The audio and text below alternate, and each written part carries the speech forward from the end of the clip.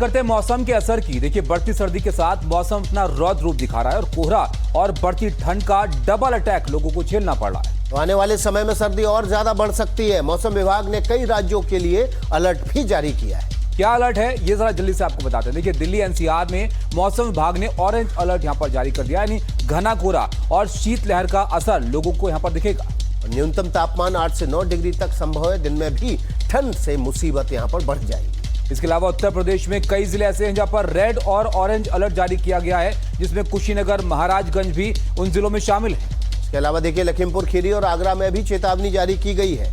घना कोहरा और शीतलहर भी यहां पर संभव है। पंजाब और हरियाणा में भी शीतलहर जो है वो मुसीबत बढ़ा सकती है। घने कोहरे का अलर्ट यहां पर जारी किया गया है। यहां पर भी लोगों को कोहरे से दो चार होना पड़ेगा। ठंडी हवाएं यहां पर और ज्यादा मुश्किल पैदा करेंगी। जबकि राजस्थान की स्थिति कैसी रहने वाली ताबिश? बिल्कुल, राजस्थान में भी आप देखिए तो कई ऐसे हिस्से जहां पर कड़ाके की ठंड लोगों को महसूस होगी।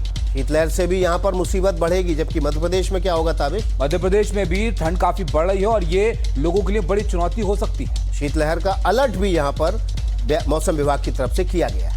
बिल्कुल, और बिहार की बात करें तो वहां पर भी कुछ ऐसा ही आपको मौसम देखने को मिल सकता है। घना कोहरा और ठंड का डबल अटैक। बिहार के कई जिलों में शीतलहर की भी चेतावनी दी गई है। हिमाचल प्रदेश में तो वैसे ही बहुत ठंड लोगों को लगती है। वहां पर भी आप देखिए, उत्तराखंड और हिमाचल प्रदेश में भारी बर्फबारी की चेतावनी जारी की गई है। बर्फबारी से मैदानी इलाकों में ठंड बढ़ेगी और शीतलहर भी चलेगी। और इसके अलावा जम्मू कश्मीर में भी बर्फबारी होना शुरू हो गई है और इसको लेकर संभावना यह है कि ये और ज्यादा वहां पर देखने को मिल सकती है। देखिए, शीतलहर की चेतावनी मौसम विभाग ने दी है, इसलिए अपने आप को गर्म कपड़ों से ढके रहें और बेहद ज्यादा ध्यान रखें।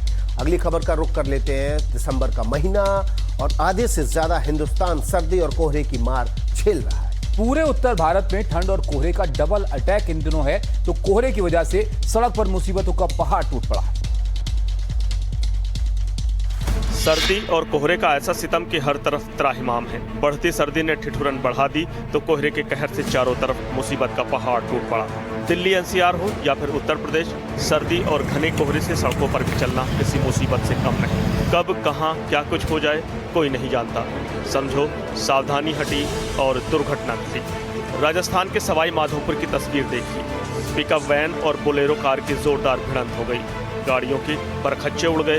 कोहरे की वजह से आए दिन ऐसी तस्वीरें सामने आ रही हैं। उत्तर प्रदेश के कई शहरों में जबरदस्त कोहरा है। विजिबिलिटी इतनी कम है कि सड़कों पर खौफ के मारे गाड़ियां रेंग रही हैं। आगरा में तो कोहरा काल बन गया है। विजिबिलिटी शून्य है। घने कोहरे का आलम यह है कि आगरा का ताजमहल गायब हो गया, तो सैलानी ताजमहल का दीदार नहीं कर पा रहे हैं। दिल्ली एनसीआर में तो कोहरा और ठंड के साथ स्मॉग का भी अटैक है। सर्दी के साथ कई इलाकों में वायु प्रदूषण बेहद खराब श्रेणी में है। तो देखिए, आधे से ज्यादा हिंदुस्तान पर कोहरे का कहर बरकरार है और आगे ये बढ़ने ही वाला है।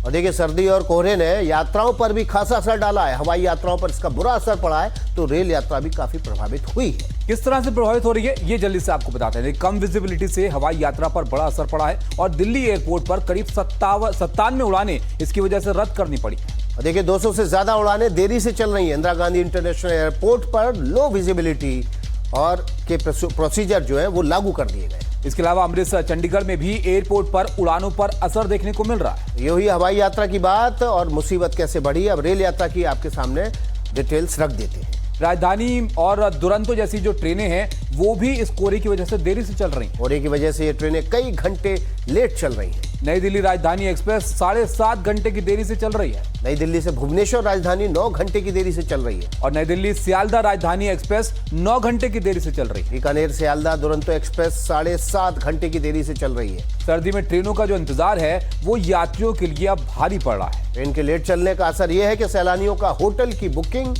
और जो होटल की बुकिंग है वो लगातार आगे बढ़ानी पड़ रही है।